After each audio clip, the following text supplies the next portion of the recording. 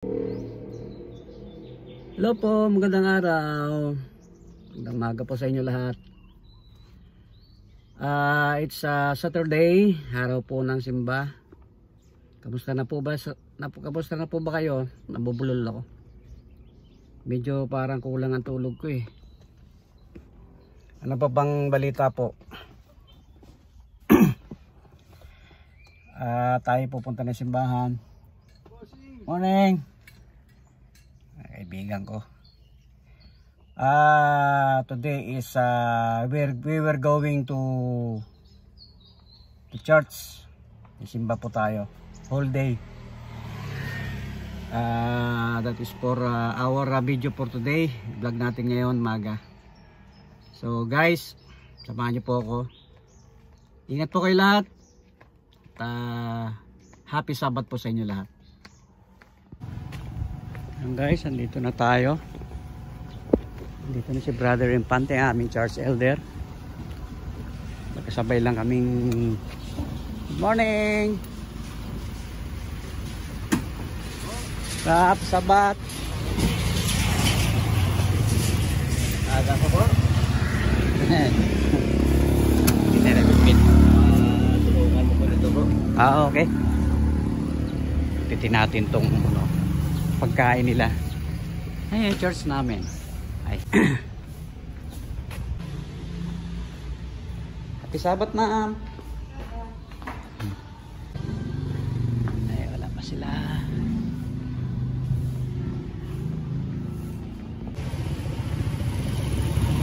Ito mga kamanong ang aming simbahan, church namin. Dito sa may Mansilingan. May Hermelinda, along Hermelinda.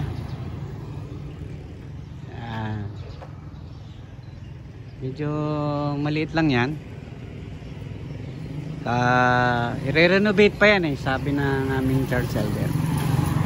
So guys, samahan nyo kami today para maka-witness kayo ng mga activities ngayong umaga programa namin, Sabbath School program.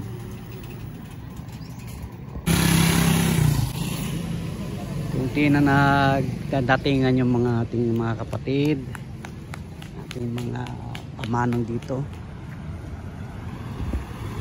Mag-start ang program namin is 8:30. Nanay.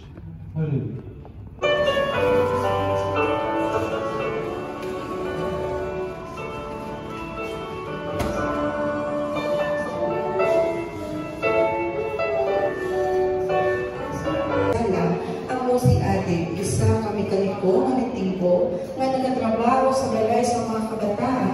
Siya naghapit sa pagbisita kay Rosa kung paano siya.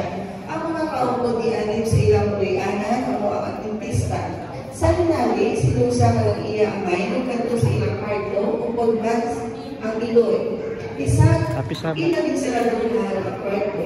Sa ilang masala, si Adib nagpapamatya na may katinalahan na mabukan ang iya ginapaabot. Na daw ilang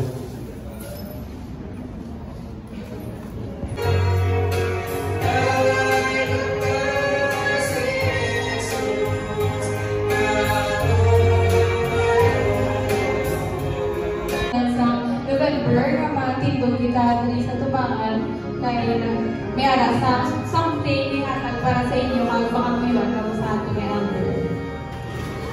Hindi na makuya mo niya. Sa may birthday, baptism, and wedding ceremony.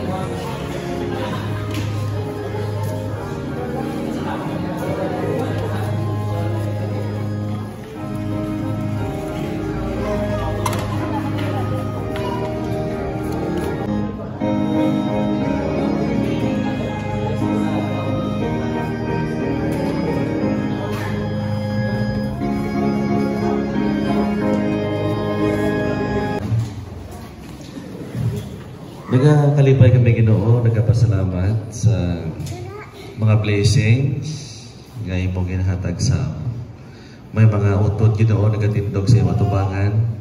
Pagpasalamat sa ilang Ginoo nga kadlawan. Ikaw nakasayod sa tagsanamon ka tagipusoon Ginoo. Pakamayuan kami tanan sini nga aga ko sa among tagsa ka mga panimalay. Labaw sa tanan Ginoo sa amon nga pag-worship sini nga adlaw iyata nga pagpakamayo ka comfort sa balagi espiritu kag kami kanang Ginoo baga palauli nga arang kalipay nga imo kami Ginoo natanduan. Salamat nga ikaw kay Ginoo baga panas sa tagsanamon ka mga dagta sang sala sa ngalan ni Ginoong Hesus. Amen. Ang aton handong pirmi, ang aton mga baka, hindi mo kato sa ibang naturil, dire lang gid sa akon naturil, sining sa tatay ko. Man nag-share siya sa ibang naturil sa to, na was siyang nakasaka ko sa bukid, tinala ko mga kauturan ang dalan, isa lang kadangaw, pwede ba na? Kay ang tao, mga magalakat, lapad na ang dalan. However, today is the day the Lord has established as the sign between Him and His people. We are His people. I may be in trouble, you may be in trouble, but the Prophet Nahum is reminding us in the verse chapter 1:7. It is said, the Lord is good, a stronghold in the days of trouble. He knoweth them who trust in Him. Today, in our divine worship service, the following are the participants of this program. For the remarks, your servant, Lilia Libuanco, introit, holy, holy, holy.